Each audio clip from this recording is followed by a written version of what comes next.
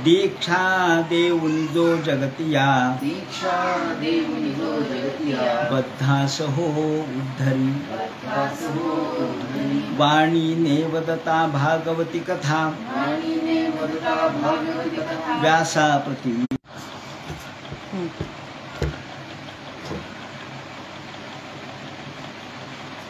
निगमकल्पतरोर्गलितं फलं शुकमुखादमृतद्रवसंयुतं पिबत भागवतं रसमालयं मुहुरहो रसिका भुवि भावुकाः। श्रीमद भागवताच्या या तिसऱ्या श्लोकाचा विचार आज आपण आपल्या चिंतनामध्ये करणार आहोत। तत्पूर्वी आज गुरुपौर्णिमा आहे। गुरुपौर्णिमा म्हणजे व्यास पौर्णिमा। जे जे गुरु या जगामध्ये आहेत, ज्या गुरूंच्या मुळे शिष्य संप्रदाय निर्माण झालेला आहे, त्या गुरूंना वंदन करण्यासाठी गुरुपौर्णिमा हा दिवस आहे। व्यास पौर्णिमा म्हणतात। नमोस्तुते व्यास विशाल बुद्धे कुल्लार विंदाय तपत्र नेत्र येन त्वया भारत तैल पूर्ण प्रज्वालितो ज्ञानमय प्रदीप। ज्ञानाचा दिवा या ठिकाणी मोठी चांगली संकल्पना वापरलेली आहे। ज्ञानाचा दिवा। दिव्याचं वैशिष्ट्य असं आहे की एका दिव्याने दुसरा दिवा लावला तर पहिल्या दिव्याचं तेज कमी होत नाही, पहिला दिवा देखील तितकाच तेजस्वी। आणि दिवा एकाने दुसरा लागल्यानंतर प्रकाशमयता मात्र वाढत जाते। ही प्रकाशमयता एका दिव्याने दुसरा दिवा लावावा त्याप्रमाणे, आणि पूर्वीच्या दिव्यामधलं प्रकाश कमी होत नाही। गुरु या ठिकाणी गुरुचं वैशिष्ट्य त्यांनी परिसापेक्षा श्रेष्ठ सांगितलंय, कारण परिस्तरी हा लोखंडाचं सोनं करतो, पण परिसाला बाकीच्या लाकडाचं सोनं नाही करता येत। लोखंडाचं तेवढं सोनं करेल, परंतु तेवढा वस्तुधर्म त्याच्याजवळ आहे। पण परिस आपल्यासारखं करीत नाही, दुसऱ्याला परिस करत नाही तो। पण सद्गुरू मात्र शिष्याप्रती ज्ञान देऊन शिष्याला समर्थ बनवतात। इतकं समर्थ बनवतात की तो शिष्य सद्गुरू एवढाच समर्थ होतो, म्हणून ती गुरुपरंपरा निर्माण होते। गुरुपरंपरेचा अर्थ असा आहे की या ज्या ज्या व्यासपीठावर जो बसतो तो गुरु इतकाच श्रेष्ठ असतो। त्याचं कारण ज्ञानपीठ, गुरुपीठ हे जे आहे ते कमी दर्जाचा असू शकत नाही। त्यामध्ये श्रेष्ठता, त्यामध्ये थोरवी, अग्नी लहान आहे म्हणून तो तेजस्वी नाही असं होत नाही। त्याप्रमाणे अल्पता, लहानपणा, आणि कबीरांनी तर एका ठिकाणी म्हटलंय, संत कबीरांनी, लघुता से प्रभुता मिले, लघुता से प्रभुता मिले। जेव्हा आपण लघुत्व धारण करतो तेव्हा प्रभुत्व प्राप्त होतं। म्हणून लघुता ही कमी असते असं नाही, लघुत्वाने सुद्धा, लाघवीपणाने सुद्धा आपल्याला गुरुत्व प्राप्त होऊ शकतं। आणि हा गुरु गौरव, गुरु शब्द जो आहे त्याचं भाववाचक नाम जर केलं गुरु तर गौरव हा अर्थ होतो। जसं रुरू पासून रवरव झालं, गुरु पासून गौरव झालं, कुरु पासून कौरव झालं, हा जसा वृद्धीचा नियम आहे भाषा विज्ञानामधला, त्याप्रमाणे गुरुपासून जे झालं ते गौरव। म्हणून गुरुचा गौरव म्हणजे गुरुचा मोठेपणा। गौरव शब्दाचा अर्थ थोरवी असा होतो। आणि गुरुची थोरवी ही स्वयंसिद्ध आहे, ती कुणी करावी म्हणून नाही। कुणी जरी त्याला शिष्य नसला तरी तो कमी असतो असं नाही।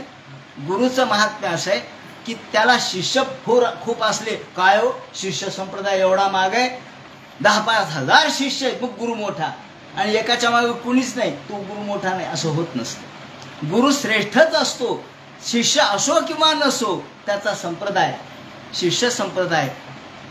याला या ठिकाणी माऊलींनी म्हटलंय, फार सुंदर शब्दात त्यांनी व्यक्त केलंय 18व्या अध्यायामध्ये, द्रष्टा श्री गुरुमूर्ती नरिगता दृश्यपंथी तरी काह्या उपासती आकळता तो।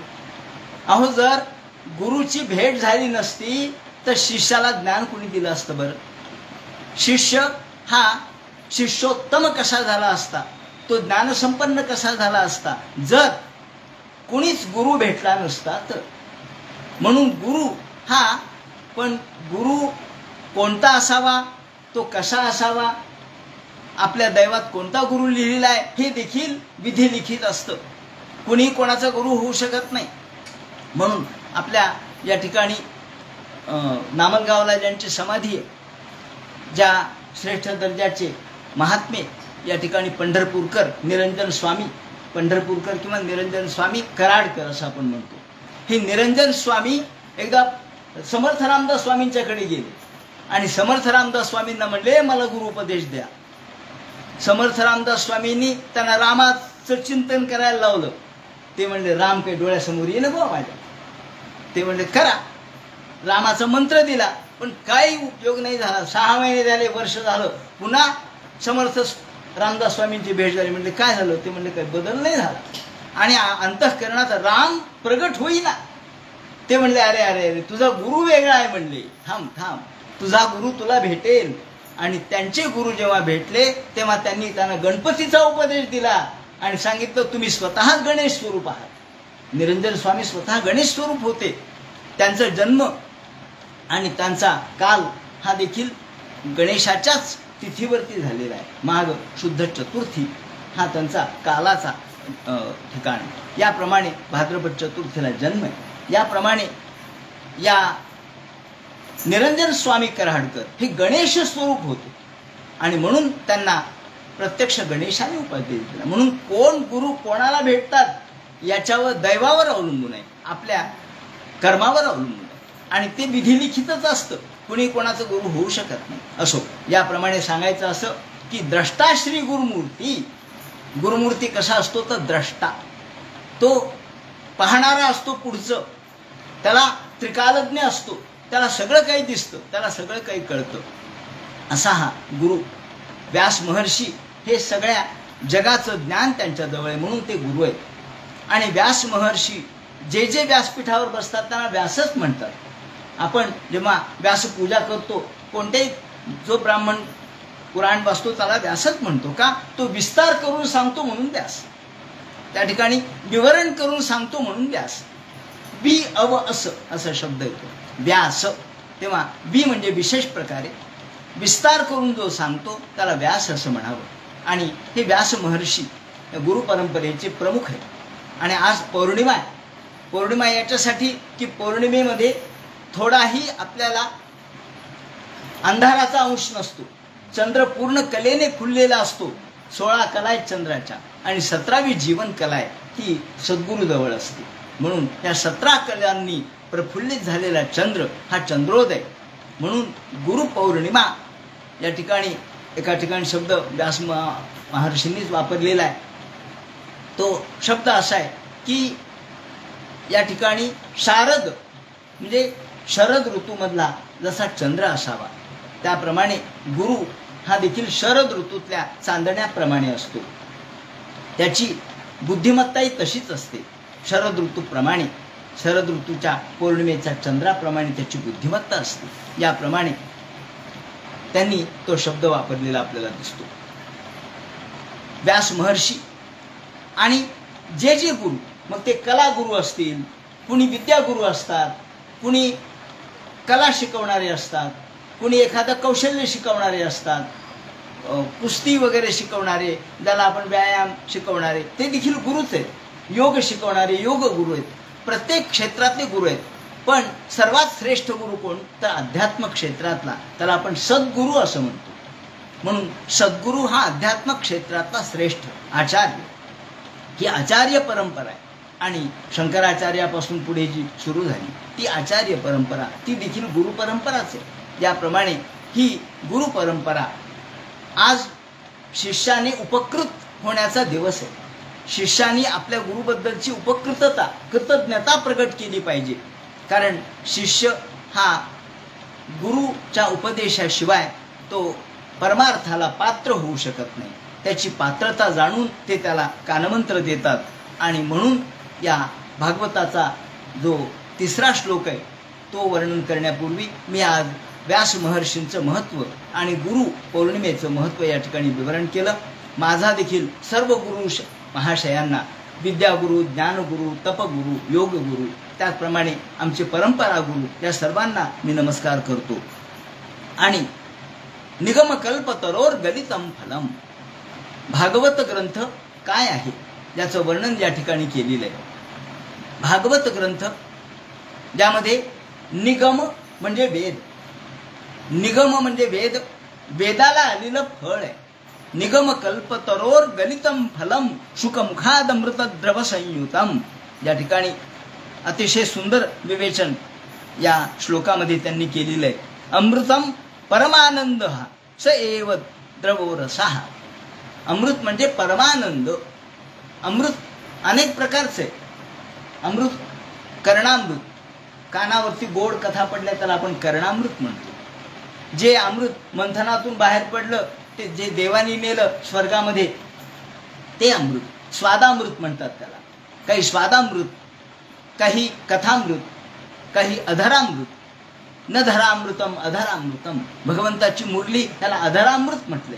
जे अधर म्हणजे ओठातून बाहेर पडलं ते अधरामृत. म्हणून वेगवेगळ्या प्रकारचे स्वादामृतम, कथामृतम, अधरामृतम, त्याचप्रमाणे अप्सरांना देखील अमृत म्हटलेलं आहे. हे रसामृतम, वेगवेगळ्या प्रकारच्या अमृताचं वैशिष्ट्य सांगितलंय. पण निगमकल्पतरोर गलितम फलम, भागवत हे अमृत असं आहे की जे निगम म्हणजे वेद, वेदाला आलेलं फल आहे. वेद हा अवघड आहे, वेद श्रेष्ठ आहे. मौलींनी म्हटलंय ना, वेदू संपन्न होय ठाई परी कृपणू आन नाही. वेद संपन्न आहे. मौलींची भाषा मोठी युक्तिवाद चतुर आहे. वेद संपन्न आहे, वेदात काय नाही हो. अहो, जे आपल्याला माहित नाही ते वेदात आहे. आपल्याला वाटतं आपण नवीन शोध लावला, नवीन काहीच नाही. सगळं धाता यथा पूर्वम कल्पयत, पूर्वीच लिहिलेलं आहे, पूर्वीच केलेलं आहे. तुम्ही फक्त आज शोधलं. शोधलं म्हणजे काय झालं, ते नव्हतं काय त्याच्यात. आपण खाणीमधून सोनं काढतो, हा सोनं शोधून काढलं. काय शोधून काढलं? खाणीत सोनं होतच. तुम्ही काय केलं प्रयत्न? शोधलं म्हणजे काय, नव्याने निर्माण केलं का? नव्याने या जगात काहीच निर्माण करता येत नाही. म्हणून वेद सगळं आहे, वेदात संपन्न आहे वेद. पण कृपणवान नाही, त्याच्यासारखा कृपण दुसरा कोणता नाही. कृपण म्हणजे अहो एखादा धनवंत असावा, म्हणतो तो धनवंत आहे, पण म्हणजे पण काय, कोणाला पैसा देत नाही, मग काय उपयोग आहे म्हणजे त्या धनाचा. धनवंत आहे पण तो उदार नाही. तो जर कोणाला दातृत्व गुण त्याच्यामध्ये नसेल तर ते निरर्थक. म्हणून धनवंत या ठिकाणी संपन्नता आहे, पण ही संपन्नता असून सुद्धा जर देण्याची वृत्ती नसेल, मग वेद हा संपन्न आहे पण तो 3 वर्णाच्याच कानी लागला म्हणले, ब्राह्मण वैश्य क्षत्रिय. मग शूद्रांना वेदाचा अधिकार नव्हता ना. म्हणून माऊली म्हणतात की मी वेदाचं ज्ञान यात आणणार आहे, सामान्यांना सुद्धा हे कळावं. वेद म्हणजे निगम, तो अवघड आहे. आणि अवघड याच्यासाठी आहे की याचे उच्चार हे जसे तसेच केले पाहिजेत. जर थोडा जरी उच्चारात बदल झाला वेदाच्या, तरी अर्थाचा अनर्थ होतो. आपण बघितलेलं आहे या वृत्रासुराच्या कथेमध्ये. थोडा जरी उच्चारात बदल झाला तरी परिणाम उलटा होतो, परिणाम उलटा होतो. पण म्हणून वेद अवघड आहे, तो घोकंपट्टी करावा लागतो, तो गुरुमुख करावा लागतो. गुरुमुख, गुरुकडूनच ऐकावं लागतं. आणि जर वेदातले उच्चार चुकले, त्यातला ह्रस्वदीर्घ, केवळ ह्रस्वदीर्घच नव्हे तर उदात्त, अनुदात्त, स्वरित अशा प्रकारचे त्याचे स्वर आहेत वेगवेगळे. ते स्वर त्याचे त्यामध्ये केलेल्या उच्चारणामध्ये जर बदल झाला तर तुम्हाला वाईट परिणाम मिळतो. म्हणून काश्मीर पासून ते कन्याकुमारी पर्यंत कुणी वेद म्हणू द्या, ते एकाच स्वरात म्हणतात. कुठलाही ब्राह्मण असू द्या, काश्मीरचा वेगळ्या पद्धतीने आणि इकडचा वेगळ्या पद्धतीने नाही म्हणत. तिथे पाठभेद नाहीये. पाठभेद म्हणजे एक जण वेगळं म्हणतो, दुसरा जण दुसराच म्हणतो, आमच्याकडे असंच लिहिलंय नाही. जे गुरुनी पाठ करून घेतलं, मुखपाठ म्हणून वेधशाळा तुम्ही जाऊन बघा. लहान लहान मुलं 5-5 वर्षाचे काय घोकत असतात. ओम अग्निमीळे पुरोहितम यज्ञस्य देवमृत्युजम होतारम रत्नधातमम अग्निः पूर्वेभिरिषिभिः रीड्यो नूतनैरुता तदेवाम एह वक्षति अग्निनारयमश्नवत कोशमेव दिवे दिवे यशतं वीरवत्तमम अग्नयं यज्ञमध्वरम विश्वतः परिभूरसी सैदेवेषु गच्छति. जे आपण म्हणतो तेच काश्मीर मधला माणूस म्हणेल, तेच कन्याकुमारी मधला माणूस म्हणेल, त्यात उच्चारात बदल नाही. हा भेद आहे. पण त्याला घोकमपट्टी करायला फार परिश्रम लागतात. गुरुकडून शिकावं लागतं, घोकावं लागतं, चुकलं तर मार खावा लागतो. मग वेद अवघड आहे. म्हणून पण वेदाचं ज्ञान शब्दाने उच्चाराने वेद अवघड आहे. पण वेदाचं ज्ञान जर कुठे मिळत असेल तर मग तर चांगली गोष्ट आहे.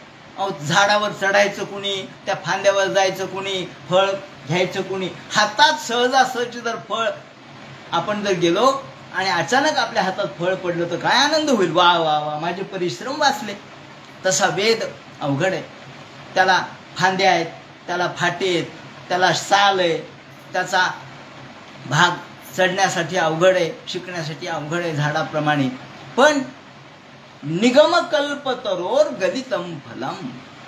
वेदाचे दोन भाग आहेत पुन्हा, आगम आणि निगम. आगम मध्ये सगळं तंत्र आहे आणि निगम मध्ये वेद ज्ञान आहे. पण हा वेद कल्पतरू म्हटलंय बरं का वेदाला. कल्पतरू, हा कल्पतरू कशामुळं तर तो जे तुमच्या इच्छा तुमच्या असतील त्या परिपूर्ण करतो. वेद सगळ्या इच्छा पूर्ण करणार आहे म्हणून तो कल्पतरू आहे. हा अकल्पनाख्य कल्पतरू. गुरु तर अकल्पनाख्य कल्पतरू आहे. मौलींनी गुरुचं वर्णन 18व्या अध्यायामध्ये अकल्पनाख्य कल्पतरू. कल्पतरू आहे पण कल्पतरू मागितलेलं देईल, न मागितलेलं देणार नाही. पण गुरु न मागता देतील म्हणून ते अकल्पनाख्य कल्पतरो. अकल्पः कल्पद्रुम मम सकल संकल्प दलने नमंदो मंदार फलतीन च वृंदारक गणा. भगवान हा अशा पद्धतीचा आहे की तो तुमच्या कल्पना सगळ्या नष्ट करतो. कल्पना असल्यावर मग संसार झाला हो. तुम्हाला काही मागायचं झालं तर संसारच झाला. मग पुन्हा तुम्ही संसारच मागणार का. देव म्हणतो नाही, माझ्याकडे निष्कंचन. अनेक ठिकाणी भागवतामध्ये नमो किंचन वित्ताय असं वर्णन आहे. नमो किंचन वित्ताय. का किंचन वित्ताय म्हणजे तो गरीब जो आहे, दरिद्री आहे. हो, देव भक्ताला दरिद्रीच करतो. कारण त्याचं धन कोणतं असतं, ईश्वर हेच त्याचं धन असतं. तो म्हणतो मला दुसरं धन माहित नाही. आम्हा घरी धन शब्दांची रत्ने, शब्दांची शस्त्रे यत्न करू. शब्दची आमुच्या जीवीचे जीवन. शब्द हेच माझं जीवन आहे, धन आहे. तुकाराम महाराज म्हणतात हा शब्दच. तुका म्हणे शब्दची हा देव. शब्द हाच देव आहे. शब्द हीच ईश्वर शक्ती आहे.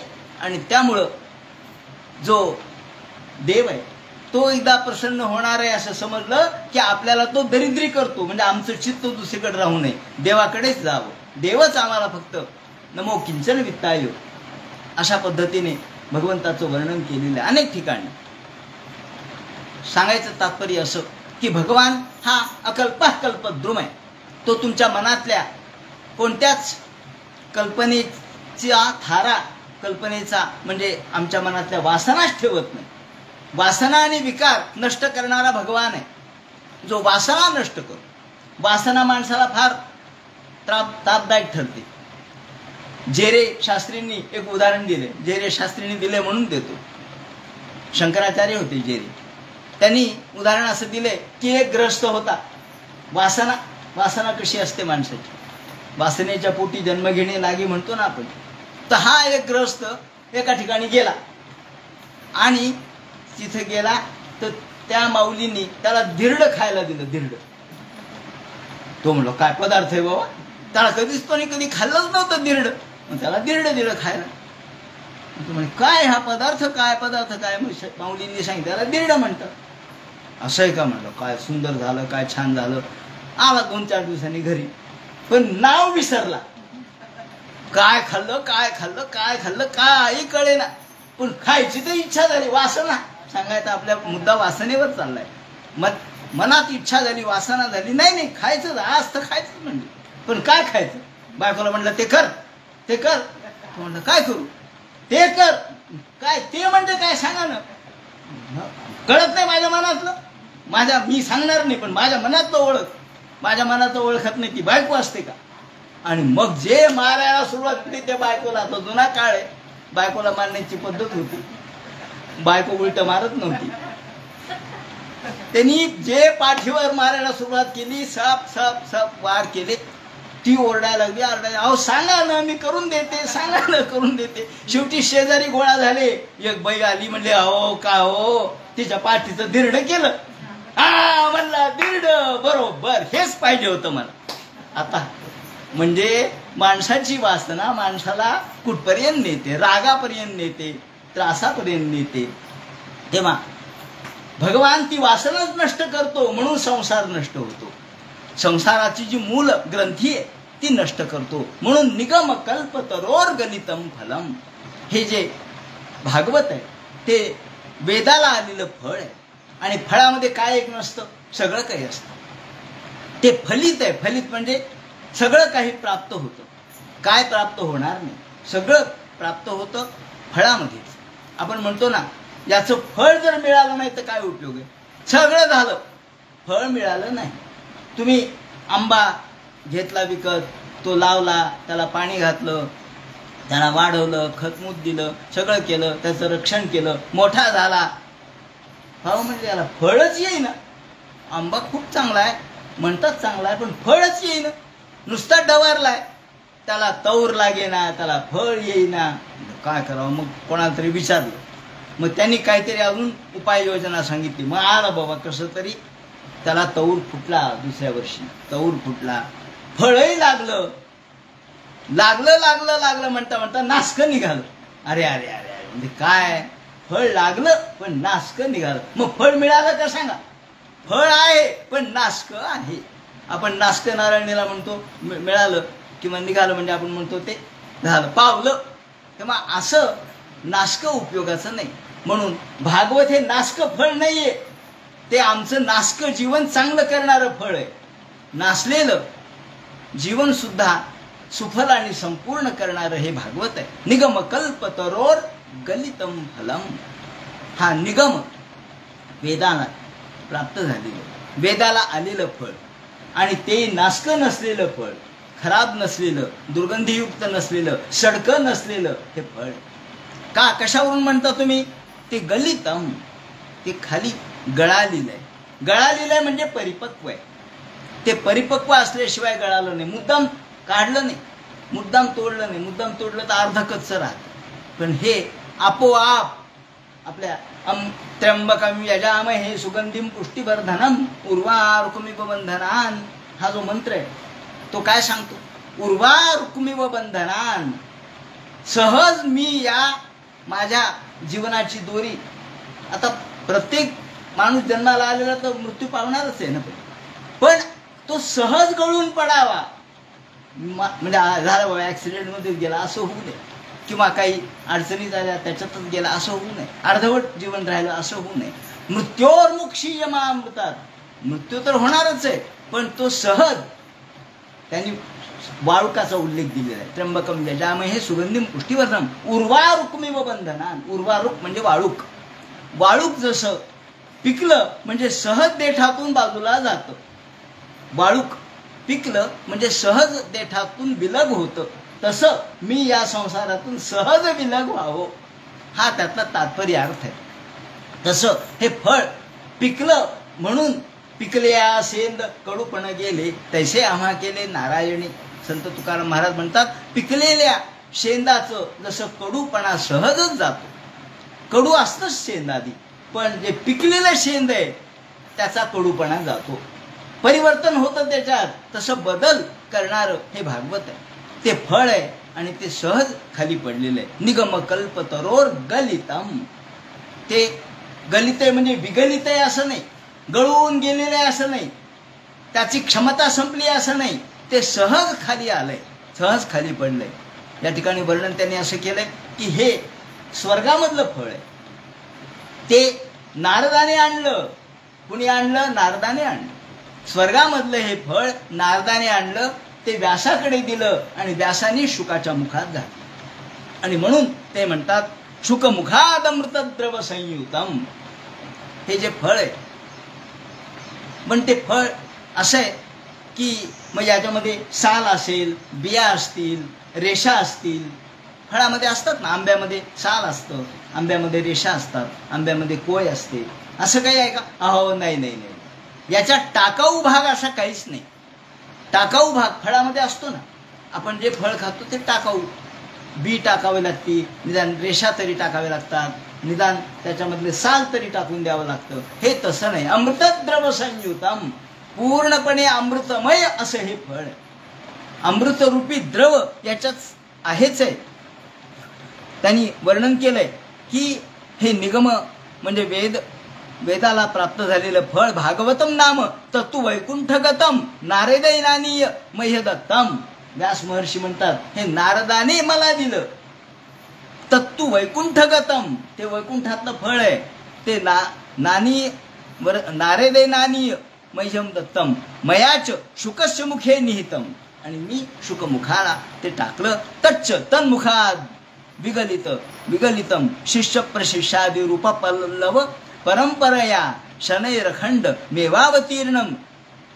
आणि हे शुकमुखामध्ये घातल्यानंतर परंपरेने, शुकमुखाच्या परंपरेने ते पुढे पसरत गेलं. त्या भागवताच्या फळाचा रस सर्वांना प्राप्त होत गेला. आणि शिष्य प्रशिष्यादि रूप पल्लव, त्या शिष्य प्रशिष्यांच्या परंपरेनुसार ते पुढे अखंडमेव अवतीर्णम, ते अखंड प्रवाहित राहील. म्हणून हे अत्यंत रसमय आहे.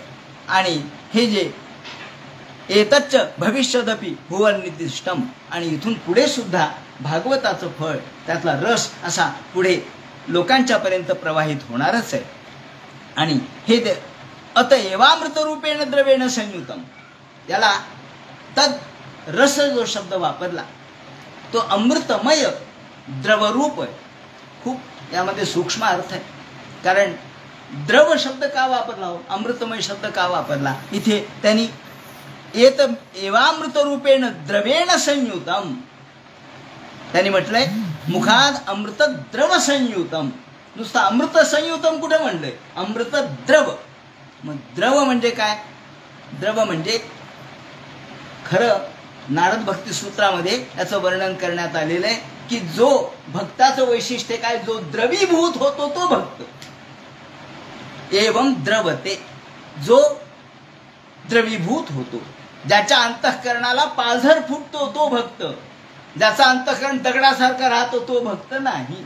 म्हणून अमृत द्रव संयुतम, तुमच्या अंतःकरणात द्रव निर्माण झाला पाहिजे. आणि ही द्रवता निर्माण झाली की अमृताचा रस तुम्हाला कळेल. नाही तर गाढवाला गुळाची काय चव? अमृत आहे पण काय आम्हाला काही चव लागली नाही. एकाने म्हटलंय, महाराजांनीच उदाहरण दिलंय ते, धुंडा महाराजांनी, की गुळमरी काहीतरी एक वनस्पती असते, गुळमारी नावाची. ही वनस्पती जर खाल्ली चावून तर तिच्या पुढे आपल्याला साखर सुद्धा बेचव लागते. म्हणजे काय असेल त्या वनस्पतीत काय माहित, पण ती जर वनस्पती खाल्ली चवून तर आपल्याला साखर सुद्धा, साखर दिसते साखर आहे पण चव मात्र लागत नाही, अशी वनस्पती. मग आता चव हा भाग जिभेचा आहे. या ठिकाणी आपल्याला सुद्धा भागवताची चव जर लागायची झाली, त्यातली अमृतत्व जर कळायचं झालं तर त्यांनी त्याला अट घातली आहे. कोणती? द्रवसंयुतम.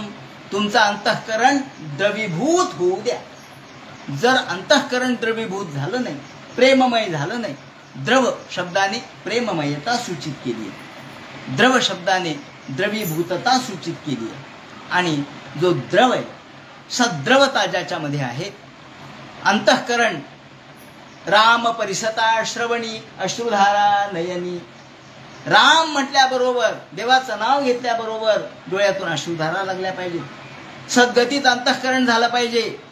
त्याचप्रमाणे अष्टसात्विक भाव जागृत झाले पाहिजेत. अंगावर रोमांच आले पाहिजेत. असा जो असेल, जनार्दन स्वामींचं पद आहे, ते म्हणतात, त्याचे न विचारावे याती कुळ शुची अथवा चांडाळ. त्याचा तुम्ही जात विचारू नका.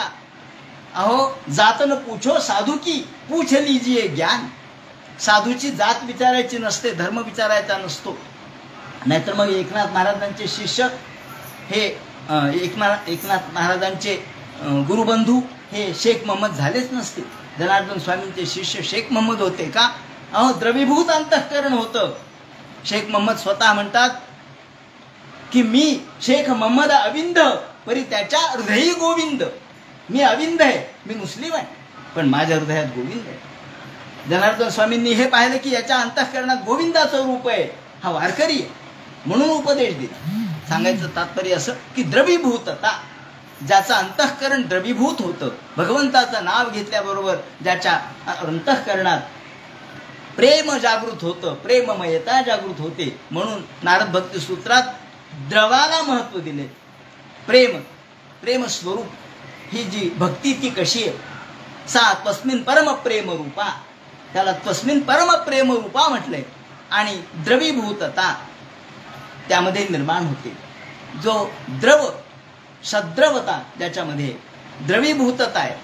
पाझर फुटला पाहिजे अंतःकरणाला. थोडक्यात अहो, सूर्यकांत म्हणी, सूर्याच्या प्रकाशाने त्याला पाझर फुटतो म्हणे. सूर्यकांत, चंद्रकांत म्हणी, चंद्राच्या प्रकाशाने पाझर फुटतो. चंद्रकांत द्रवता किरू होय परिते हातवटी चंद्र की आहे. चंद्रकांत द्रवता किरू होय, माऊलींनी म्हटलंय. चंद्रकांत, चंद्राच्या प्रकाशाने तो पाझरतो. चंद्राच्या प्रकाशामध्ये ती ताकद आहे. सूर्यकांत म्हणे सूर्याच्या प्रकाशात पाझरतो. दगड का नाही पाझरत नाही? बाकीचे दगड आणि सूर्यकांत याच्यात फरक झाला ना. सूर्यकांत दगडच आहे आणि चंद्रकांत दगडच आहे, पण सूर्यकांत सूर्याच्या प्रकाशाने पाझरतो. ज्याला पाझर फुटतो तो भक्त, ज्याला पाझर फुटत नाही तो अभक्त. काही उपयोग नाही म्हणले.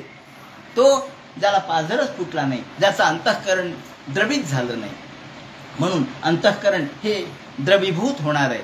म्हणून त्याला सावयव, आपल्याला अंतःकरणाचं वैशिष्ट्य सुद्धा सद्रव असं म्हटलंय. या ठिकाणी अमृत द्रव संयुतम, अमृताच्या द्रवाने युक्त. लोकेही शुकमुखस्पृष्टम फल ममृत मिव स्वादु भवती ती प्रसिद्धम अत्र शुको मुनी.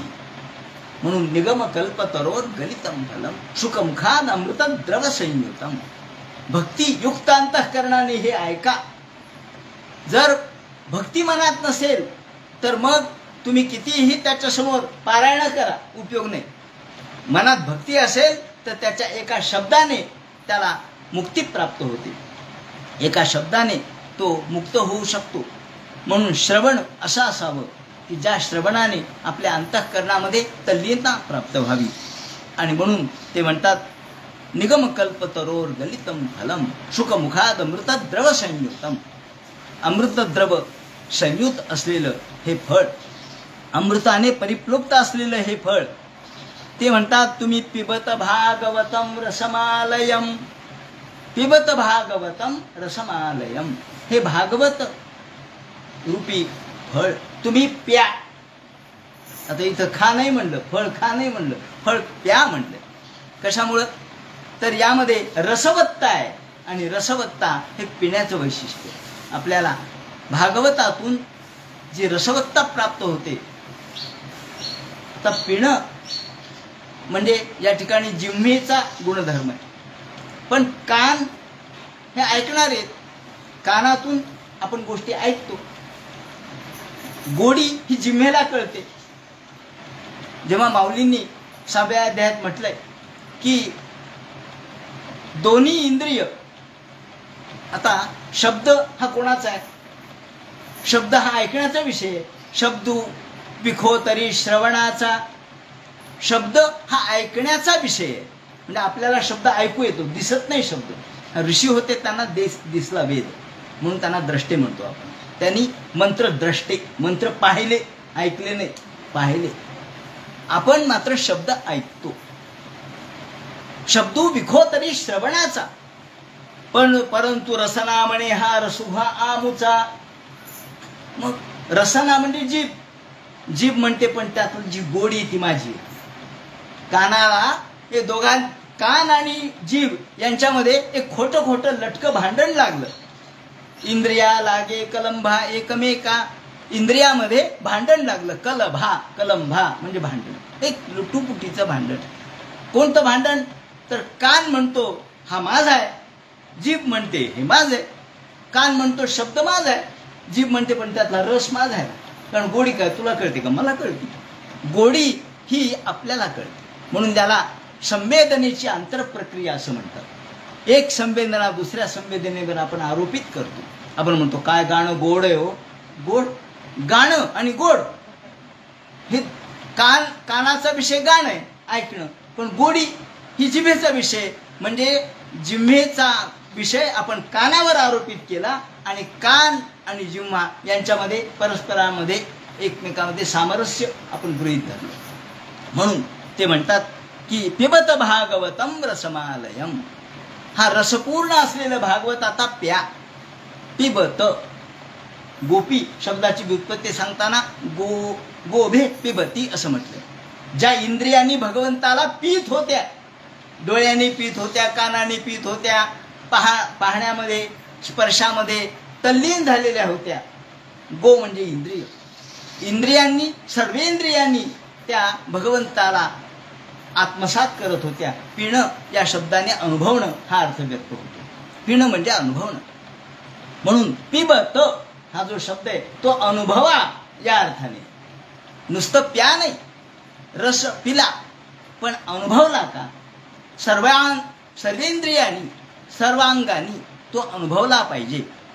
म्हणून भागवत हे डोळ्याने वाचा, कानाने ऐका, मनाने चिंतन करा. कारण मन सुद्धा इंद्रियच आहे ना. मनाने चिंतन करा, निधिध्यासन करा. म्हणून पिबत, पिबत केवळ पिण्यापुरतं मर्यादित शब्द वापरलेला नाही, तर तो आम्हाला सर्वस्व संपूर्ण एकरूपत्व भागवतात झालं पाहिजे. सर्व इंद्रिय धर्मान परित्यज्य मामेकम शरणं, हे सगळे इंद्रिय धर्म भागवताला लागले पाहिजे. भागवताकडे आलं पाहिजे म्हणजे पाय भागवताकडे आले पाहिजेत. भागवताला आपण दर्शन घेतलं पाहिजे म्हणजे हात, भागवतापुढे डोकं टेकवलं पाहिजे म्हणजे मस्तक. भागवताचं दर्शन घेतलं, डोळ्याने पाहिलं वाचलं म्हणजे चक्षुरेंद्रिय. त्याचप्रमाणे त्याचं श्रवण केलं म्हणजे कर्णेंद्रिय, कर्णामृत प्राप्त होतं. याप्रमाणे आणि भागवताचं उच्चारण केलं म्हणजे वाणी शुद्ध होते. तेव्हा असं सगळंच भागवताने प्राप्त होतं. म्हणून पिबत शब्द वापरला. रसमालयम हे भागवत कसं आहे तर रसमालय, एक दोन अर्थ आहेत रसमालयाचे. त्यांनी शब्द असा वापरलाय की हा शुकमुखाद अमृत द्रव संयुतम, हे शुकाने टोकरलेले. शुक म्हणजे शुकाचार्य, शुकाचार्याने याला स्पर्श केला, शुकाचार्याच्या मुखातून ते बाहेर पडलं. म्हणून शुक प्रोक्तम भागवतम, शुकाने सांगितलेलं भागवत श्रेष्ठ आहे असं मानलं जातं. शुक प्रोक्तम, शुकाने सांगितलेलं. आणि एकीकडं आपल्या व्यवहारामध्ये आपण पोपटाने टोकरलेलं फळ हे गोड आहे असं मानतो, असं त्यांनी म्हटलंय. लोकेही शुकमुख स्पृष्ट फलम ममृतमिव स्वादु भवती ती प्रसिद्धम अत्र शुकोन मुनी. इकडं शुक म्हणजे शुकाचार्य, इकडे शुक म्हणजे पोपट. अमृतम परमानंद स एव रसो रसः रसो वैसः रसम हे वायम लब्ध्वानंदी भवती इति श्रुते. हे आता श्रुतीचा संदर्भ या ठिकाणी टीकाकार देतात. ते म्हणतात अमृतम परमानंद, हे जे अमृत आहे शुकमुखाद अमृतद्रव संयुतम, हा अमृत म्हणजे कोणतं आहे हो? हे स्वादामृत नाहीये, हे स्वर्गामृत नाहीये, हे कर्णामृत नाहीये, हे केवळ या समुद्र मंथनातून बाहेर पडलेलं अमृत नाहीये, किंवा हे मरण न येणारं अमृत नाहीये. मग हे कोणतं अमृत आहे तर ते म्हणतात अमृतम परमानंद स एव रसवो रसः. यामधला जो रस आहे तो परमानंद रूप आहे. आणि परमानंद म्हणजे ईश्वराचा आनंद, परमानंद म्हणजे भगवंताचं स्वरूप आहे. म्हणजे भागवत म्हणजे भगवंत कसा आहे तर यामधला जो आनंद आहे तो भगवत स्वरूप आहे. आणि त्याचं टीकाकाराने वर्णन करताना सव रसो वै सहा असं म्हटलं. भगवान हा रसमय आहे. वेद असं म्हणतो, उपनिषद असं म्हणतं की रसो वै सहा, सहा म्हणजे तो रसपूर्ण आहे. भगवान हा रसपूर्ण आहे. भगवंतामध्ये रस आहे, रसयुक्तता रसपूर्णता किंवा रसास्वाद संपन्नता भगवंतात आहे. म्हणजे भगवान हा स्वतःच रसयुक्त आहे, रसपूर्ण आहे, तो अपूर्ण नाही. मग पण रसाचा आस्वाद रस आहे. माऊलींनी उदाहरण दिलंय की कमल का कमलकंद आणि दर्दुरी नांदणूक एकेची घरी. कमलकंद आणि दर्दुरी नांदणूक एकेची घरी. कमल आणि कमल कुठे जन्माला येतं म्हणले चिखलात. तिथंच बेडकही खेळत असतात, डराव डराव करत असतात, तेही चिखलातच. दोघेही तिथंच आहेत म्हणले, दोघेही सारखेच आहेत म्हणले. का कमलही सारखं? हा, जन्माच्या दृष्टीने बरोबर आहे म्हणजे, जन्माच्या दृष्टीने दोघेही सारखेच आहेत. का कमलकंद आणि दर्दुरी नांदणूक एकेची घरी. पण परिमळ सेवे, परिमळ कोणाला प्राप्त होतो? सेवेची भ्रमरी. आणि का चिखलोची उरे, बाकी दुसऱ्याला चिखलच प्राप्त होतो. हा दर्दूर जरी तिथं फिरत असला तरी त्याला त्याचा रसास्वाद मिळत नाही. बाहेरून भुंगा येतो आणि तो त्या कमळामधला रसास्वाद घेतो, निघून जातो. कमलामधला रसास्वाद भुंग्याला मिळतो.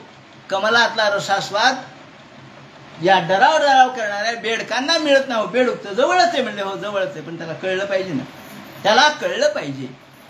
जसं अर्थाची निमोरसे, गाईचं दूध हे वासराला मिळतं आणि गाईच्या आचळाच्या जवळच गोचिड बसलेलं असतं, त्याला अशुद्धाची मिळे, माऊलींनीच म्हटलं, त्याला रक्त मिळतं.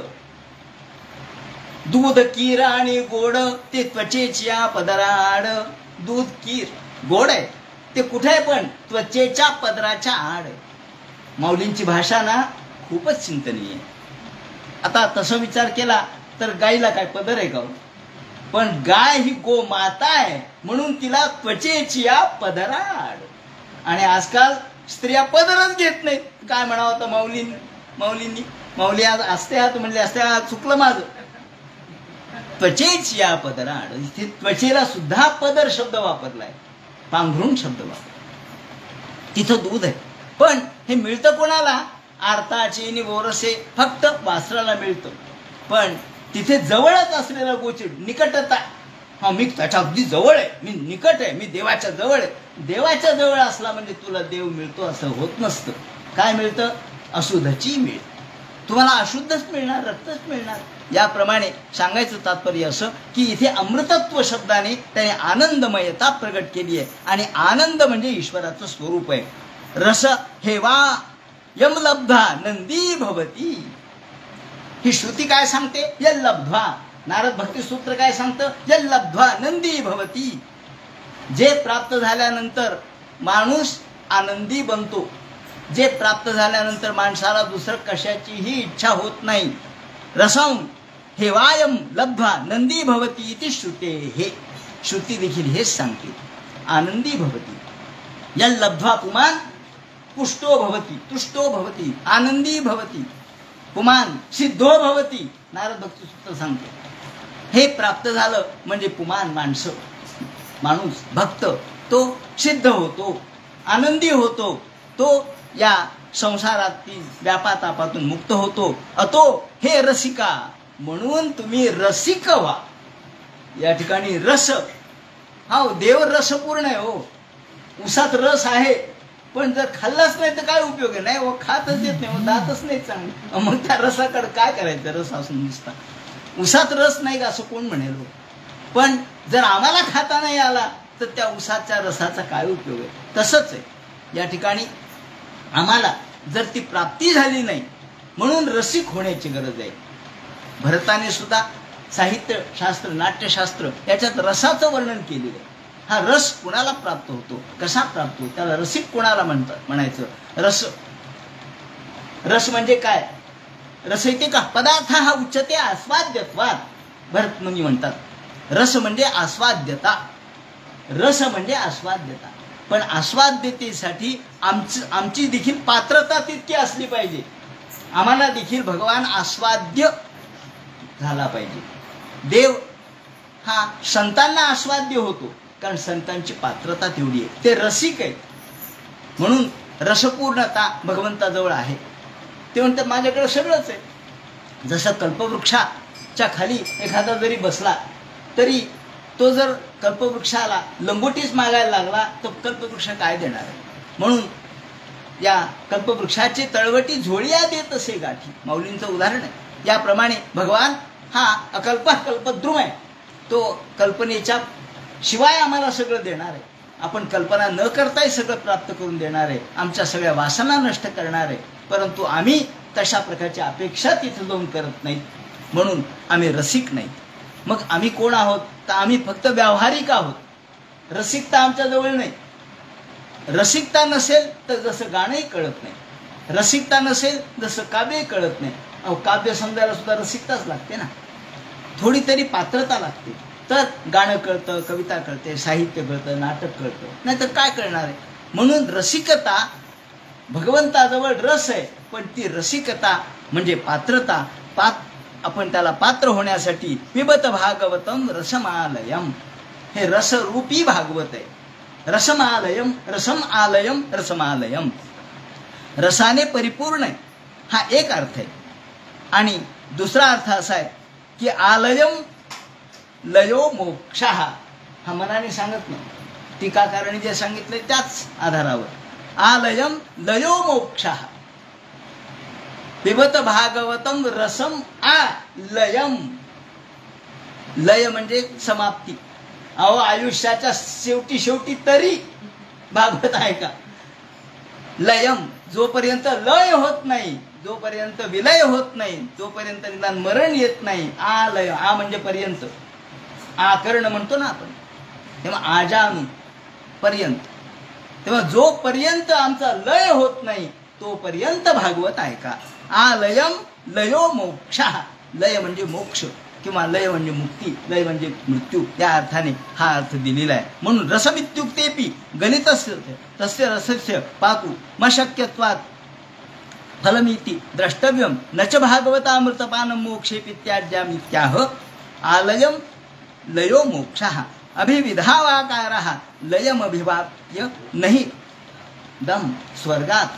स्वर्ग, पुनर्भव या सगळ्या गोष्टी आपल्याला प्राप्त करण्याची इच्छा देखील करू नका, कारण पिबत भागवतम रसमालयम, रसाचं आलय जसा भागवत आहे तसं जोपर्यंत आम्हाला मृत्यू आमचं येत नाही, जोपर्यंत आमचं मरण. मग तुम्ही म्हणाल ठीक आहे, हा मृत्यू, पण पुढचा जन्म आहेच आहे, जन्मजन्मांतरी आहे का, हा त्याचा दुसरा अर्थ आहे. खरं सांगायचं तर माझी या सत्यवादाचा तप वाचा केले बहुत कल्प, माऊलींनीच म्हटले की मी ज्ञानेश्वरी जी लिहिली त्याचं कारण आपल्याला वाटतं, हा कसं काय हो 16व्या वर्षी?